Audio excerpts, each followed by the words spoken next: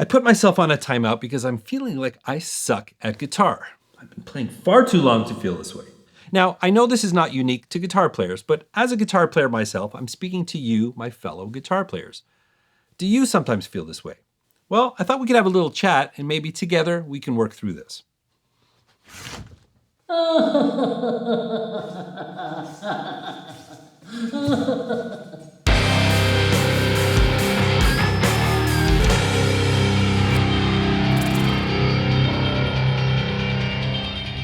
Okay, so I don't want to be overly dramatic about this. What the fuck? Chicken grease. Never eat dinner in the middle of a shoot. All right, that'll have to do. Anyways, again, not to be overly dramatic, I have been known to rip it up now and then.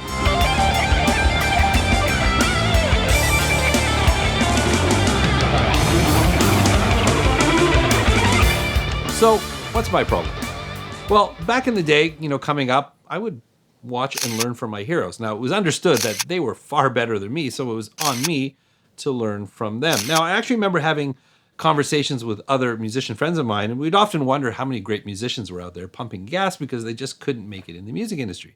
But today, with platforms like YouTube and Instagram, there's so many musicians that have created opportunities for themselves, and holy shit, some of them are really, really good, and some of them are like half my age. But I do take inspiration from some of them, but some of them give me a bit of an inferiority complex. Inferiority complex. Constant feelings of inadequacy or insecurity in your daily life with a belief that you're mentally or physically inferior to others. Now, the word suck is relative. Saying I suck is relative to my own expectations, blended with that developing inferiority complex. Now, I know this is common with guitar players. You can call it a rut or simply lacking confidence. Well, how do we get out of it? Well, finding a good source of inspiration is a great start. If at any point you feel, even in the slightest way, that this video may have helped to contribute to some simmering of inspiration, then perhaps you'd consider clicking the like button. My problem might be a confidence thing. I could be here with one of my buddies just trying to jam away and my brain just quits on me. Even making these videos, I want to present myself in the best light possible without cheating, but just, sometimes I just don't know what to play. But take away the pressure of the camera and the lights and I'm wailing like Yngwie Malmsteen. Sometimes. So a little source of inspiration that I found for myself was actually an interview with Steve Lukather, the one that Rick Beato did. If you haven't seen that, I highly recommend you look that one up. Love Steve Lukather. He's an awesome guitar player. He's played on like 1,500 records with all sorts of different artists, from Aretha Franklin to Michael Jackson. Come on, the Beat It riff, one of the most legendary riffs in pop music. Not to mention all the work that he's done in his own band with Toto. But he talked about how he came up in the studios. He just was a resident guitar player for years, where he was literally hopping between sessions all day long. He could drop into a session, come up with a really great riff, track it really quickly, bounce, jump into another studio, and just do it all over again. Now, that was a muscle he developed from all the time he spent in all of those sessions.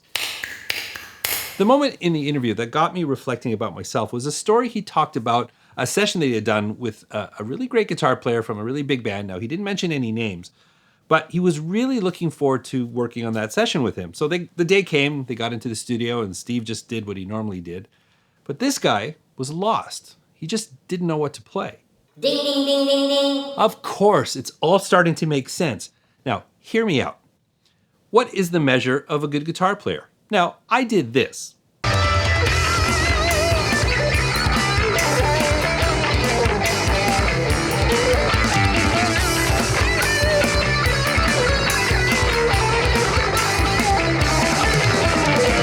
Does that mean I can play pretty well? See, for me, what's haunting me is what it takes to get there.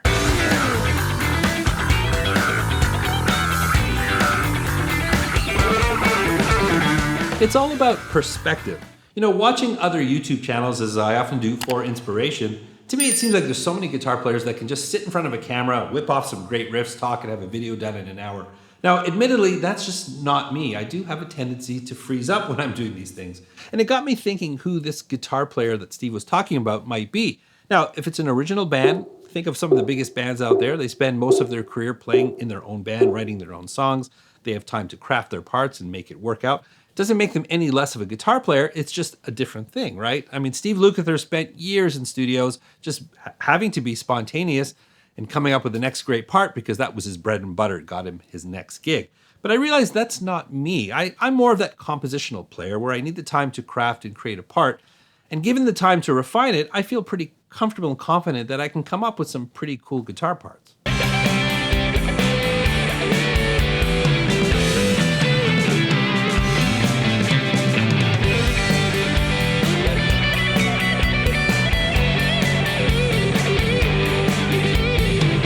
So what I'm going to do, I'm a little nervous about this, but it's okay. We're going to do this. I'm going to open myself up a little bit more than I ever have here on the channel. This is in the spirit of hopefully helping other guitar players.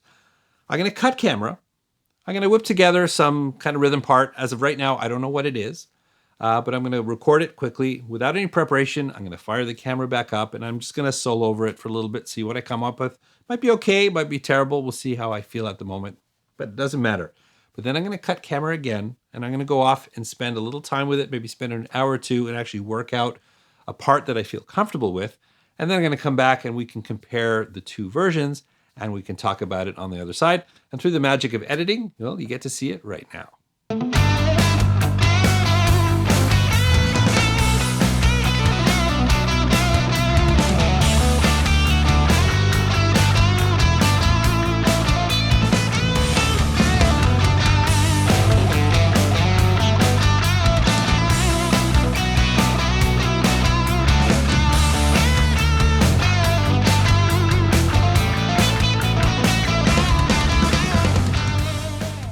Okay, well, that is what it is. I don't think I completely embarrassed myself, but to be honest, when I listened to that as I did, that's how I hear myself sometimes. I mean, I played it very, very safe. Honestly, I just wanted to get through that first phase. Clearly, I was thinking about it. I didn't want to make mistakes, and what did I do? I was stuck in that sort of first position pentatonic scale. I don't think I ventured outside of that much, if at all. Very uninspiring, and that's kind of how I hear myself sometimes. Again, take it easy on myself. There's virtually no preparation whatsoever. I just literally turned on the camera and that's what came out. But my goal is to come up with better ideas quicker, and that's a good idea. How I do hear myself sometimes is what it is. All right, so what I did after that is I spent a little time with this same backing track, worked out some parts. So I'm going to present that to you, and then I'll talk about the second one after you check it out right now.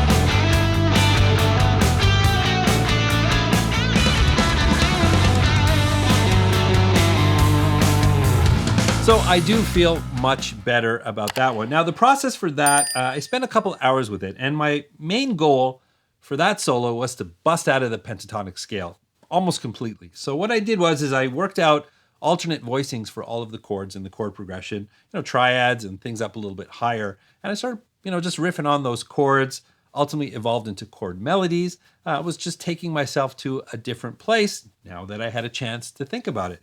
Now, I actually had half of it done, which I felt was long enough to be a typical solo in a pop song, if pop songs still have guitar solos. But something funny happened. I was inspired. I wanted to see where I could take it. And then I pushed for another hour and I came up with the back half of that solo. And just kind of looking at it, like I said, I focused on chords to start, but it became mostly a chord solo with a few little chord melodies in there. There's some octaves in there, a little octave melody thing, and then a little pentatonic riff at the end just to put a bow on it. It's kind of familiar sounding. I thought it was a nice way to end the solo, but there's a bit of an arc to that solo as far as I can hear. So, I mean, that process, top to tail, was I'd say about 3 hours or so, plus I had to get it recorded, and then I wanted to present it to you in one take. There was no cheating going on. This was one take. That you heard right there. So anyways, I'm pretty happy with that. I mean, my goal as a player is I want to sort of squeeze that time, pull out things like that a bit quicker. Guys like Steve Lukather, he could probably spend 15 minutes and blow that solo away, but that's okay. I mean, my personal goal is to sort of condense the amount of time it takes to create those solos. Now, that guitar player Steve Lukather referred to in that story, some big guitar player. Now, some bands, like I said, are recording their own stuff. Some of them can spend a lot of time crafting their parts. I mean, we once we hear it on record and we say, oh, that's the most amazing guitar solo we've ever heard. And I'm sure a lot of Eddie Van Halen solos were knocked out in the first take. But some guitar players take a little bit more time to craft them. We just really never know. It's all perspective. Doesn't mean there's not a creative process there. It's different for everybody. So that's kind of my source of inspiration. Not being too hard on myself, relying on the things that I'm good at, but then taking a little bit of time to work through them until I have something that I'm comfortable with.